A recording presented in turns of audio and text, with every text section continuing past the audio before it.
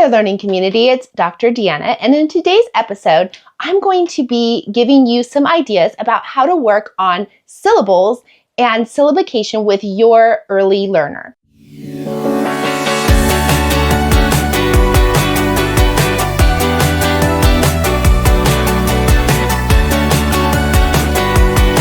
So in this case, syllables and syllabication has been a point of discussion in the world of literacy lately because, we say, well, children don't really have to be able to hear and feel the syllables in a word before they can start to blend.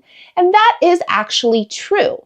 However, we don't want to miss the forest for the trees because long-term, a skill like syllabication or being able to clap or count and later on apply that to actually multisyllabic words, that is a very, very critical skill that carries over into long-term reading success. So if your child is struggling with this, it doesn't mean that they can't learn to blend. They don't have to learn syllables before they start blending, but we should, in order to do our very best for our children, be working on this skill at the same time. And the great news is that we can do this in a very fun and play-based way. Remember, these skills fall under the category of phonological awareness, including phonemic awareness. And that is actually something that has been shown to be one of the top predictors of long-term reading success, not even just short-term, not even just being able to learn to read. So it has to do with long-term ability to be fluent readers, to be able to have what we call word attack skills, where they can see new words and apply this type of language and print knowledge to new and unfamiliar words.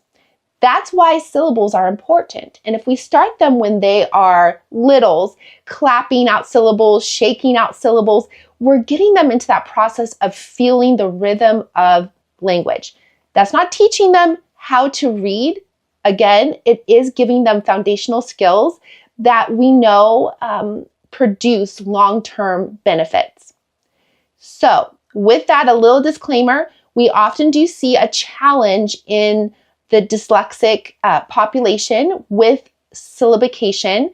We also can see some challenges with things like rhyming in the dyslexic population. And if your child is struggling with this, it doesn't mean that they are dyslexic, although it can be an early sign. If you suspect that, you might decide you want to get that looked into.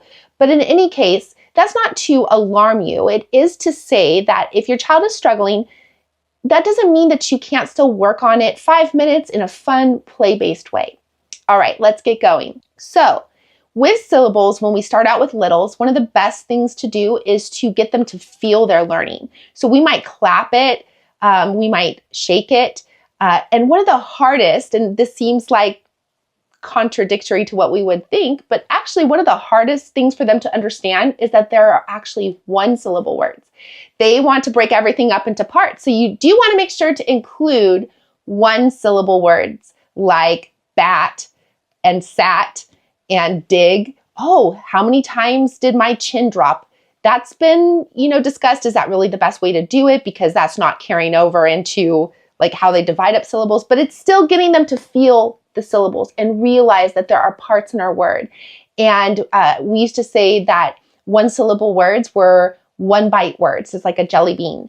And you only need to take one bite to eat that jelly bean, right? And so getting them to understand that we have those one-chunk words will carry over later when we start to talk about the syllable parts.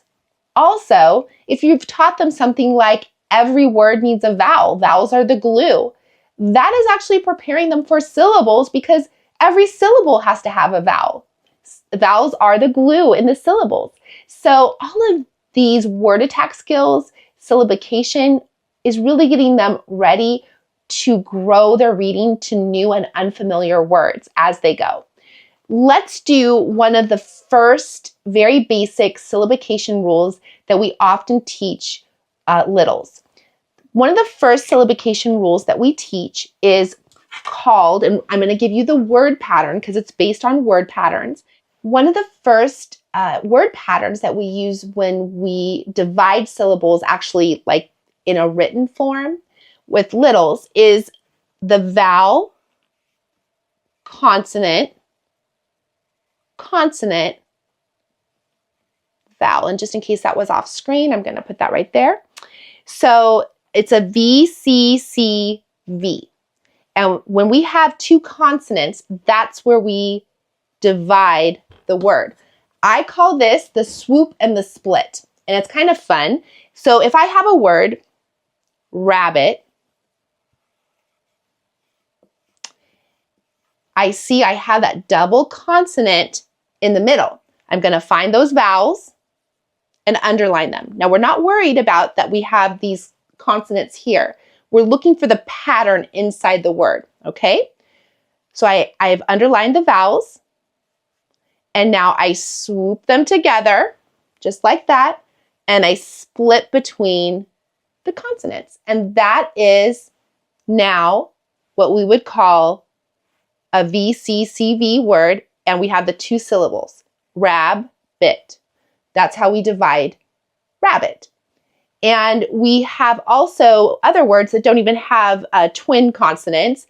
So, we want to draw their attention to that as well.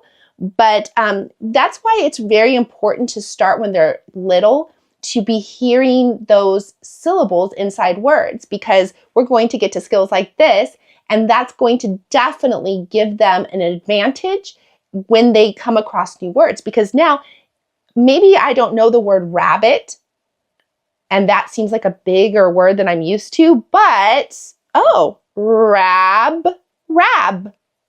bit, rabbit. And all of a sudden, I was able to use my word attack skills to chunk the word with my understanding of syllabication. And some of that just gets, as they practice and as they hear that in language, if you've been doing the word play, if you've been doing the phonological awareness, then a lot of that has already been settled into their brain. And again, if your child is struggling with this, or you are having some additional challenges like dyslexia, then yes, this might be a little harder for your little, but it doesn't mean that they're out of the running, that their story is written. Their story is not written. You can still do these activities in a fun and play-based way.